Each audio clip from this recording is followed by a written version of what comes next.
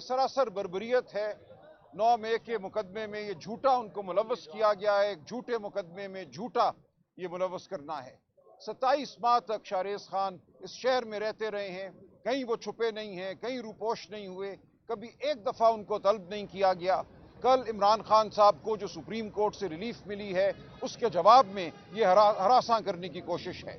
خاندان کو اور قوم کو ایک پیغام دینے کی یہ ناپاک سازش ہے کہ اس ملک میں کوئی قانون نہیں، کوئی آئین نہیں، صرف دھونس ہے۔ خوف کی بنیاد پر یہاں حکومت کرنا مطلوب ہے، تو ہم اس کی بھرپور مذمت کرتے ہیں۔ ہم قانونی چارہ جوئی کرتے رہیں گے، ہم ہائی کورٹ جائیں گے، ہم ہر عدالت میں جائیں گے، لیکن پاکستان کی عوام کے سامنے ہم اپنا مقدمہ رکھتے ہیں کہ اس وقت یہ ریاست مکمل طور پہ ایک جبر اور جھوٹ کی ریاست بن چکی ہے۔ یہاں ہر مقدمہ جھوٹا بنایا جا رہا ہے، یہاں لوگوں کو، معصوم لوگوں کو نرغے میں لیا جا رہا ہے، ان پر الزام لگائے جا رہے ہیں جن کی کوئی حیثیت نہیں ہے۔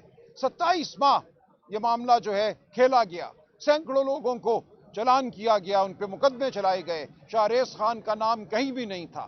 آج اچانک ہمیں پتا چلتا ہے کہ شاہریز خان بھی 9 مئی کے حوالے سے مطلوب ہے۔ ہمارے پاس پورا ریکارڈ موجود ہے، فون کا ریکارڈ موجود ہے کہ 6 مئی سے لے کر 13 مئی تک شاہریز خان چترال میں تھے، کوئی ان کا تعلق نہیں ہے 9 مئی کے کسی بھی معاملے سے۔ تو سراسر ایک جھوٹا مقدمہ بنایا گیا ہے۔ ہم یہ پورا ریکارڈ عدالت میں پیش کریں گے، پاکستان کی عوام کے سامنے بھی رکھیں گے، اور اس جھوٹ کو ہم پاکستان کی عوام کے سامنے آشکار کرتے رہیں گے۔ شکریہ۔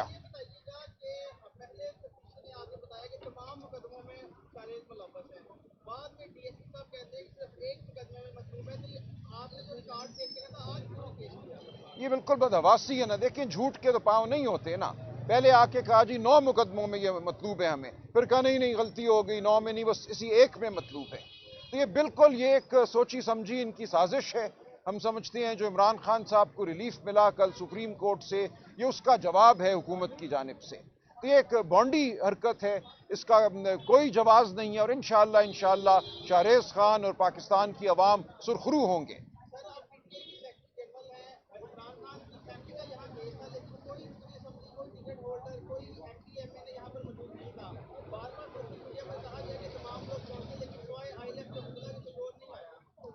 دیکھیں ہم یہاں موجود ہیں، ہم کھڑے ہیں، میں سمجھتا ہوں کہ ہم نے ساتھ نبھانا ہے عمران خان کے نظریے کا، اور اس نظریے کی وجہ سے جو خاندان پہ حملہ ہوا ہے ہم اس کی مدافعت کریں گے۔